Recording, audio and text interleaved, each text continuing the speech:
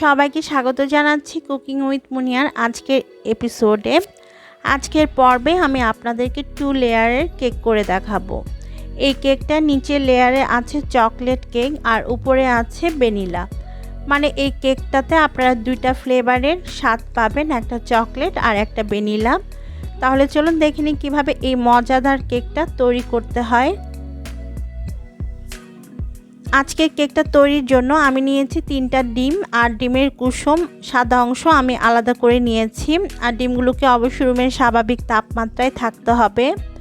এখন একটা electric bitter দিয়ে বিট করে নিব 2 মিনিট। বিট করতে করতে যখন দেখবেন ডিমের এই সাদা অংশটা ফোমি একটা কনসিস্টেন্সিতে চলে আসবে, তখন এর মধ্যে দিতে হবে চিনি। আজকের কেকে আমি দিচ্ছি 1/2 কাপ পরিমাণ চিনি। চিনিটা একবারে দিচ্ছি না, আমি অল্প অল্প করে চিনি দিব আর বিট করব।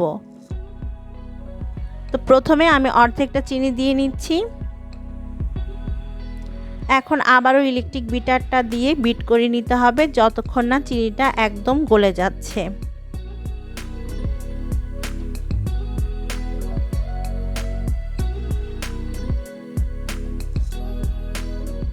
চিনিটা যখন গলে যাবে তখন এর মধ্যে বাকি চিনিটাও আমি দিয়ে দিয়েছি।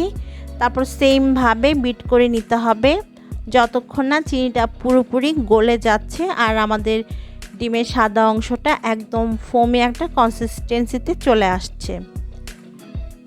প্রায় 4-5 মিনিট বিট করার পর দেখবেন আমাদের ডিমের সাদা অংশটা খুব সুন্দর ফোমি টেক্সচারে চলে এসেছে। তখন এর মধ্যে আমরা ডিমের কুসুমগুলো অ্যাড করে দিচ্ছি। কুসুমগুলো দেওয়ার পর আমি আরও 1 মিনিটের জন্য বিট করে নিব, যেন সাদা অংশের সাথে কুসুমগুলো ভালোভাবে বিট করা হয়।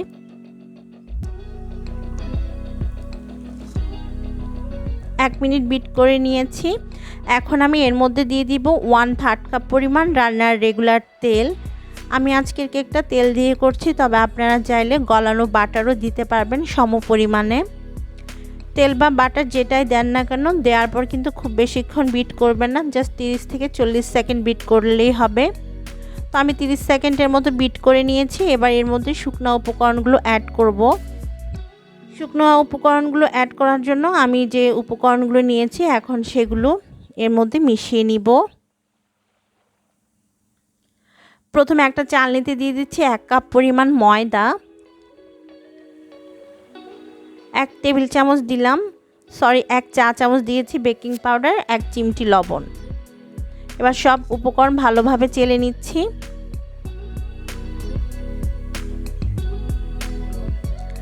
চেলে নেওয়া হয়ে গেছে। এবার একটা স্প্যাচুলা দিয়ে খুবই আলতো হাতে মিশিয়ে নিতে হবে। আর এই কাজটা কিন্তু একটু সময় নিয়ে ধৈর্য ধরে করতে হবে, না হয়তো আমরা যে ডিমের ফোমটা তৈরি করেছি সেটা নষ্ট হয়ে যাবে, তখন আর কেকটা ফুলবে না, বেক করার পর চুপসে যাবে একদম। কিছুক্ষণ মিশিয়ে নেওয়ার পর আমি এর মধ্যে দিয়ে দিলাম প্রায় 1/4 কাপ পরিমাণ নর্মাল তাপমাত্রার দুধ। এবার আবারও সব কিছুকে ভালোভাবে মিশিয়ে নিব। এ পর্যায়ে 1 চা চামচ ভ্যানিলা এসেন্সও দিয়ে দিবেন। এ পর্যায়ে আমি বিটার মেশিনটা ইউজ করেছি, তবে আপনারা কখনোই বিটার মেশিনটা ইউজ করবেন না, তাহলে কিন্তু ডিমের ফোমটা নষ্ট হয়ে যাবে। ব্যাস আমাদের ব্যাটার রেডি। এখন এই ব্যাটারটা আমি সমান 2 ভাগে ভাগ করে নিব।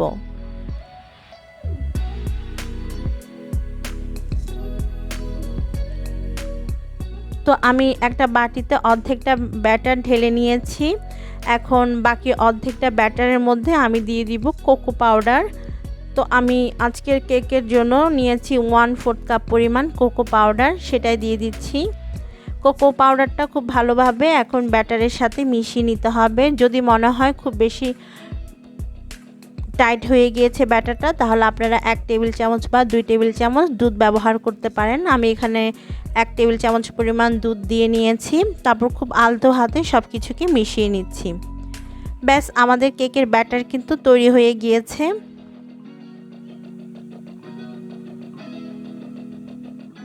এবারে মোল্ডের মধ্যে আমরা ব্যাটারটাকে ঢেলে নিব। আজকে কেকটা বেক করার জন্য আমি নিয়েছি স্কোয়ার শেপের একটা মোল্ড। প্রথমে আমি মোল্ডের মধ্যে পার্চমেন্ট পেপার খুব ভালোভাবে তেল দিয়ে ব্রাশ করে নিয়েছি। তাতে আমরা প্রথমে চকলেট ব্যাটারটা দিয়ে দিচ্ছি, মানে চকলেটের ফ্লেভারে যে ব্যাটারটা করেছি সেটা দিয়ে দিচ্ছি। চকলেট ফ্লেভার ব্যাটারটা দিয়ে দেওয়ার পর এর উপরে দিয়ে দিব আমরা ভ্যানিলা ফ্লেভারের ব্যাটারটা। এবারে একটা যে কোনো ধরনের চামচ বা পাইপ দিয়ে একটু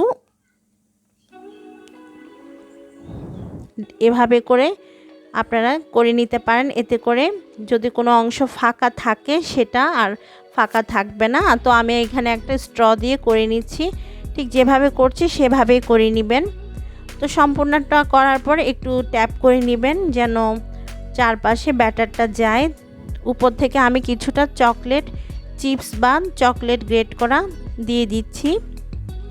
তারপর 180 ডিগ্রি সেলসিয়াস তাপমাত্রায় উপর নিচ তাপ দিয়ে প্রিহিটেড ওভেনে আমি কেকটাকে বেক করব 30 মিনিটের জন্য। আমি আগেই আমার ওভেনটাকে 10 মিনিটের জন্য প্রিহিট করে নিয়েছি।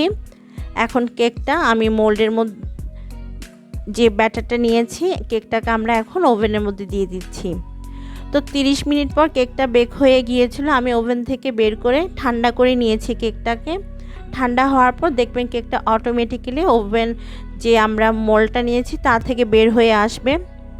ব্যাস তৈরি হয়ে গেল আমাদের 2 ফ্লেভারের কেক, চকলেট আর ভ্যানিলা কেক। খুব সহজভাবে তৈরি করা যায় আর খেতে কিন্তু অনেক বেশি মজার হয়। আপনারা বাসায় অবশ্যই ট্রাই করে দেখবেন এভাবে করে। এখন আমি কেক থেকে আমাদের পার্চমেন্ট পেপারটা সরিয়ে নিব, তারপর নিজের পছন্দ মতো স্লাইস করে কেটে নিব।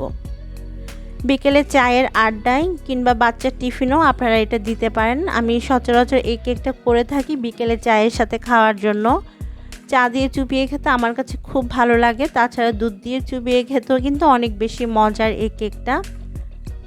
দর্শক, এই ছিল আমার আজকের রেসিপি। ভিডিও ভালো লাগলে আমার চ্যানেলটিকে সাবস্ক্রাইব করতে পারেন, সেই সাথে পাশে থাকা বেল বাটনটি অবশ্যই প্রেস করবেন। এতে করে যে কোনো রেসিপি আমি আপলোড করলে তার নোটিফিকেশন আপনাদের কাছে চলে যাবে আর আপনারা সবার আগে দেখে নিতে পারবেন আমার রেসিপিগুলো। দেখুন কেকটা কত সুন্দর সফট হয়েছে আর স্পঞ্জি হয়েছে। তো আজকের মতো বিদায়। সবাই অনেক ভালো থাকবেন, সুস্থ থাকবেন আর আমার রেসিপিগুলো ট্রাই করলে আমাকে কমেন্ট করে জানাবেন। আল্লাহ হাফেজ।